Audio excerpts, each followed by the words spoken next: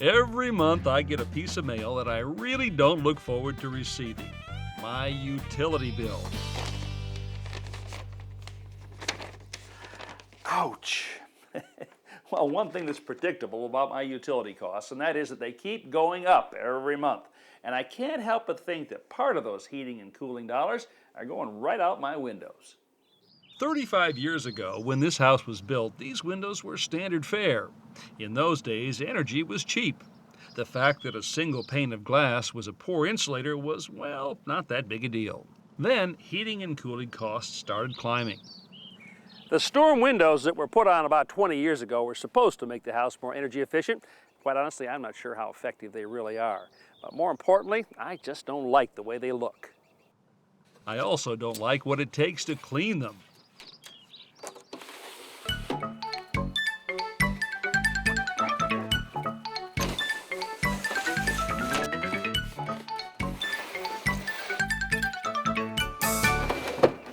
So for all of those reasons, I'm going to replace my old windows. And I'm going to replace them with this, a state-of-the-art double-hung window from Pella.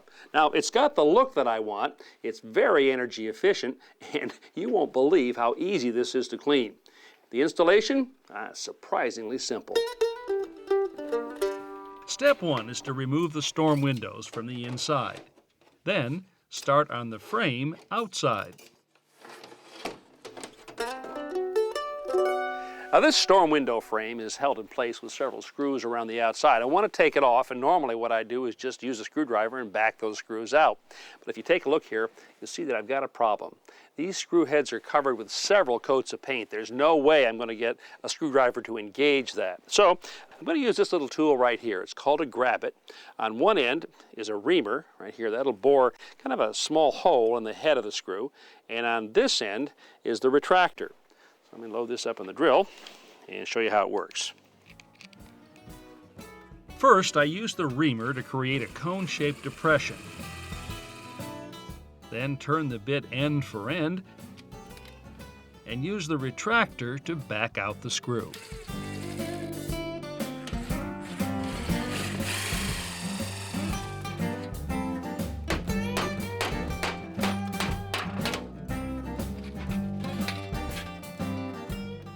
Back inside, I use a utility knife to cut through the paint and caulk between this narrow strip of molding called a sash stop and the window casing.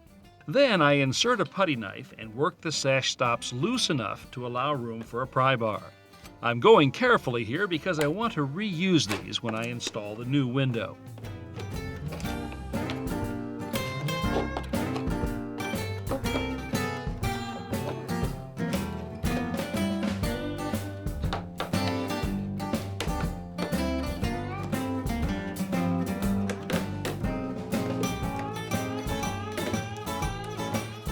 With the stops gone, I remove the upper sash, lower sash, and window track all at the same time. This piece of wood, called a parting strip, comes out easily by gripping it with a pair of pliers. Now, with the exception of the storm window, I've been able to do all of my work from the inside. There's been very little demolition required, just the removal of these 3 strips of molding. The outside trim and the casing right here, still intact. With the window opening clean, it's time for a test fit. First, I check the sill to make sure it's level.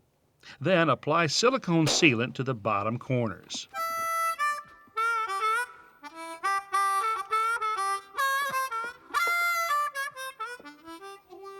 From my van, I get a couple of rolls of aluminum weatherproofing tape. I peel off the protective backing. Then, starting on the sides, press the tape onto the surface and smooth it out with my hands. The tape has a butyl adhesive backing that will prevent any water from penetrating the sill.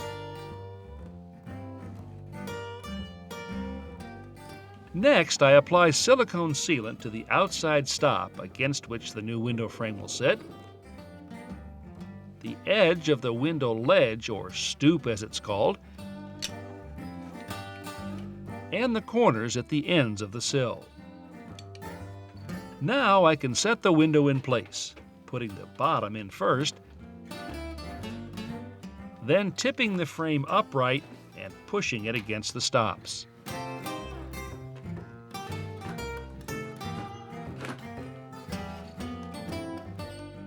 I check to make sure the frame is square, then begin installing shims. First at the top, then the bottom,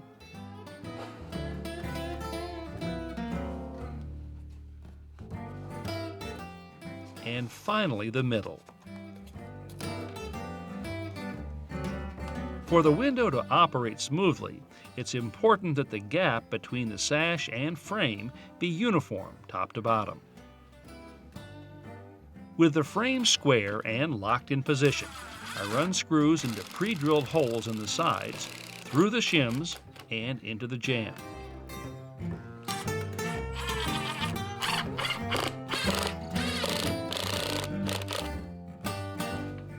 Then, using a utility knife, I score the shims and break off the excess.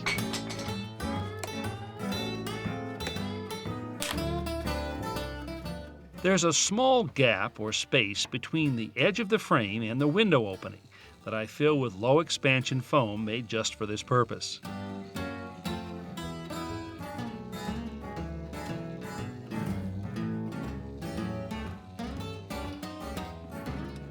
About the last thing I have left to do here on the inside is replace the sash stops I took off earlier.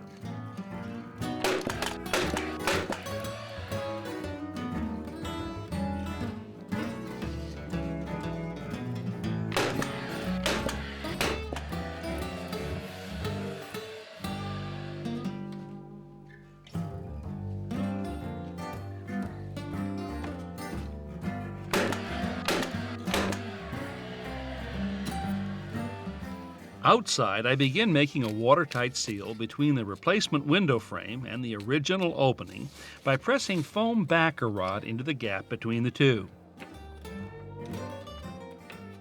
Then I fill the remaining space with silicone caulk.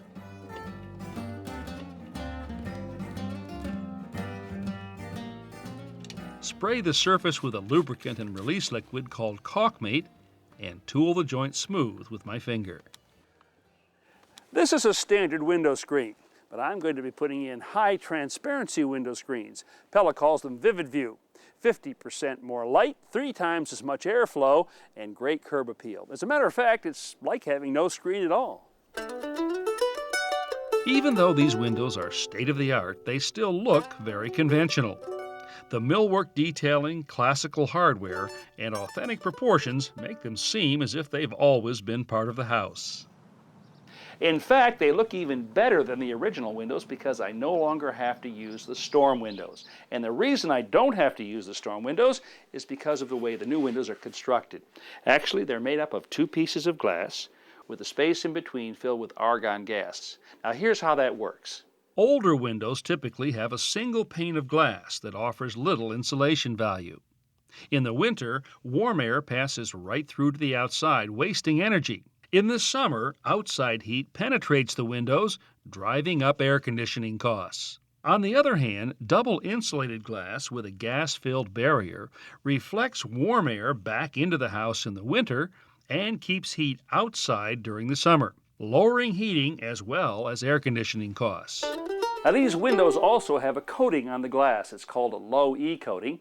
That filters out damaging ultraviolet rays and helps prevent fading on upholstery, drapes, and carpeting. But you know what I think I like best about these windows is the way they've been designed for easy cleaning. You lift up, push the tabs on the inside, tilt this down, clean the outside of the window. The upper sash works the same way. When you're finished, put it back, and that's it.